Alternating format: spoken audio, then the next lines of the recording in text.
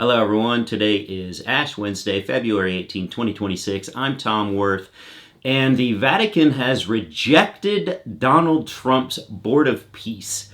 Do it in no uncertain terms. They have cited, quote, points that leave us somewhat perplexed. You're not the only ones, Vatican. This is from the Vatican Secretary of State, Cardinal Pietro Parolin. Trump's Board of Peace is set to have a meeting in D.C. tomorrow. And interestingly, its inaugural meeting in Washington on February 19th at the U.S. Institute of Peace, which, you may have missed this, the Trump administration renamed the Donald J. Trump Institute of Peace in December. I did miss that one.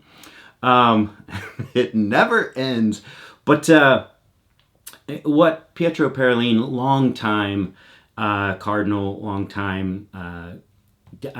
he's just so involved in international affairs with the Vatican, and he's been around forever. He didn't have really much of a shot at the papacy.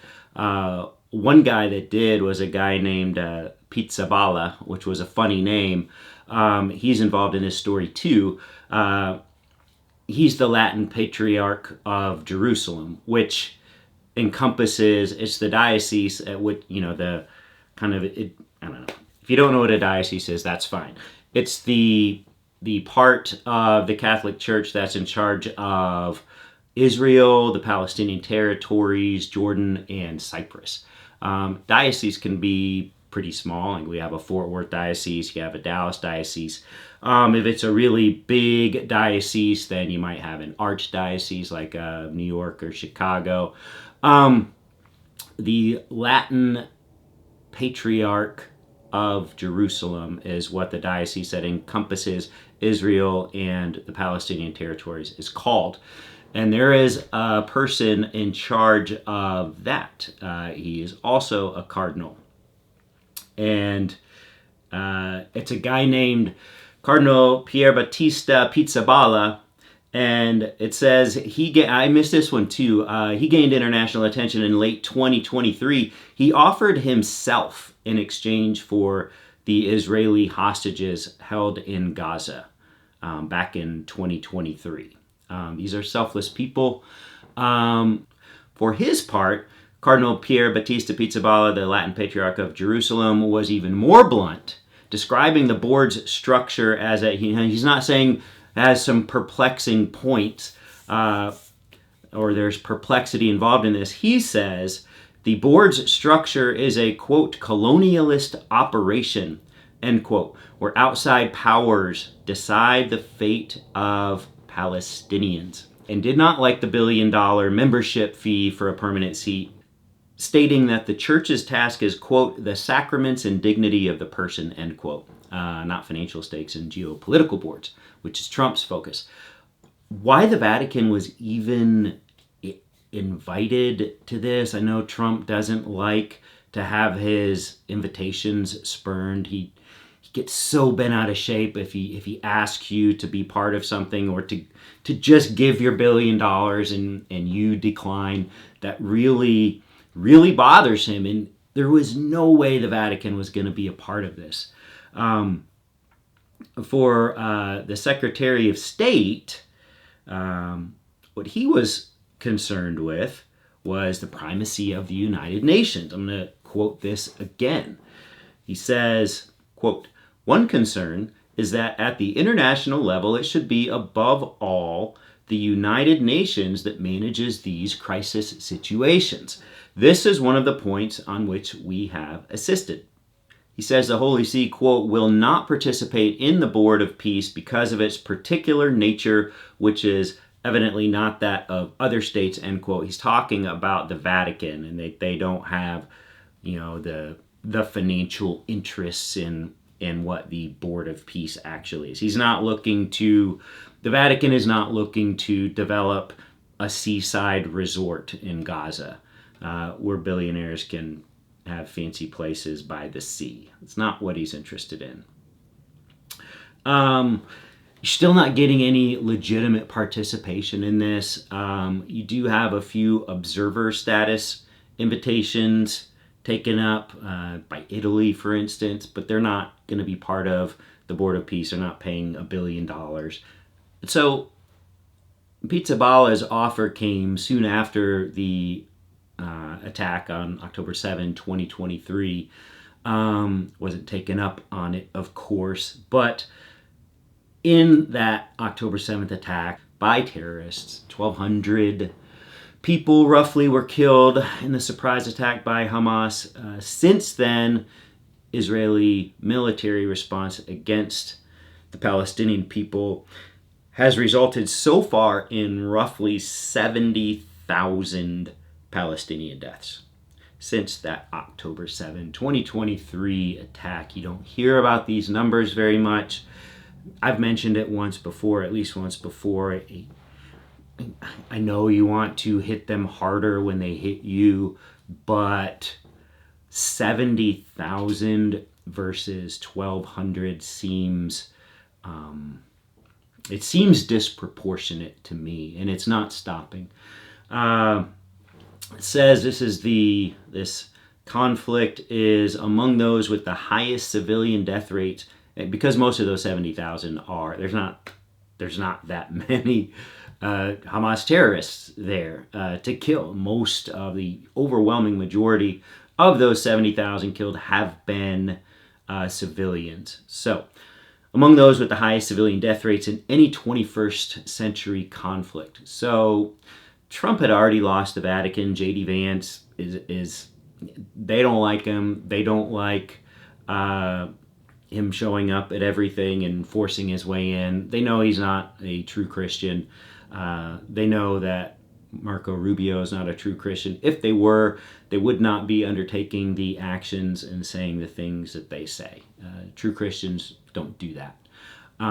Even if your boss is Donald Trump, you would walk away from that job or not accept it in the first place. So Trump losing the Vatican, no surprise. His board of dictators kicking off tomorrow, going absolutely nowhere in his Donald J. Trump hall, whatever it's called. I've already blocked it from my memory. Going nowhere. It's ridiculous. It's a sham. It's a farce. Everybody knows it. If you want to have some Middle Eastern countries be entertained by Trump, have the red carpet rolled out for them, it will in no way accomplish anything. All it will do is attempt to undermine the UN, but legitimate UN members are not going to have any of that. You've already got Trump's European supporters, such as, as limited as they are, and Middle Eastern supporters. You had on the stage a panel with the foreign minister of the Kingdom of Saudi Arabia, and Trump's UN ambassador was making his outlandish claims. You probably saw Kaya Kallas's eye rolls and puffed cheeks at these just whoppers being told by Trumpers on stages being shared with her. She can't even, it's like, doesn't even know what to do with it. But even the foreign minister of the Kingdom of Saudi Arabia during some of it was just kind of looking up, looking around, just, here we go again with Trump claiming he solved the Kashmir problem between Pakistan and India. Yeah, I didn't know that was solved. Thanks, Trump. Thanks for solving that. This guy also was unaware that the Palestinian conflict had been resolved. Thanks, Trump. Didn't know you resolved that. These people know that nothing has been resolved by Trump. Nothing's going to be resolved by Trump. And they have to sit there and listen to his blowhards just constantly say, Trump this, Trump that, Trump solved this, Trump's fixing everything, Trump knows everything. And they have to sit there and just shut up, because the Saudis need what Trump has. Kaya Kallas does not need what Trump has. She grew up in the former Soviet Union. She was born when that was still in effect. Yes, she was younger, but that's how she grew up. I have childhood memories of things that happened. I'm sure she does. and to sit there and see it all unfold again and all repeat again, and in a story she knows all too well, with the master of lies, who is Donald Trump, trying to orchestrate the conversion of the United States into something like Soviet Russia. It's just got to be so maddening for her and for all Europeans.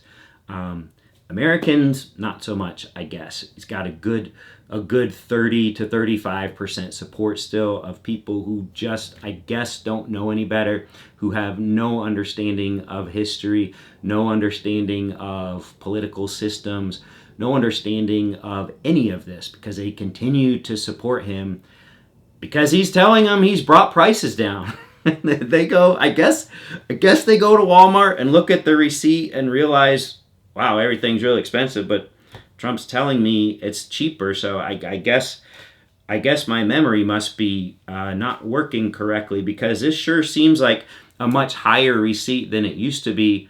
But no, Trump told me these prices are actually lower. I guess I'm the moron. I guess I'm the imbecile.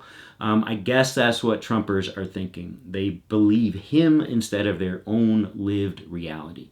Europeans know better. The Vatican knows better. The Kingdom of Saudi Arabia knows better than to believe any of Trump's lies. Unfortunately, we've got about a third of Americans who don't know any better and are not going to ever know any better. Guess no society is perfect, certainly not ours. We can strive to be better once Trump is gone, and we will. That's it for now on this lovely Wednesday. Like and subscribe if you would. It really helps out, and we will talk to you all later.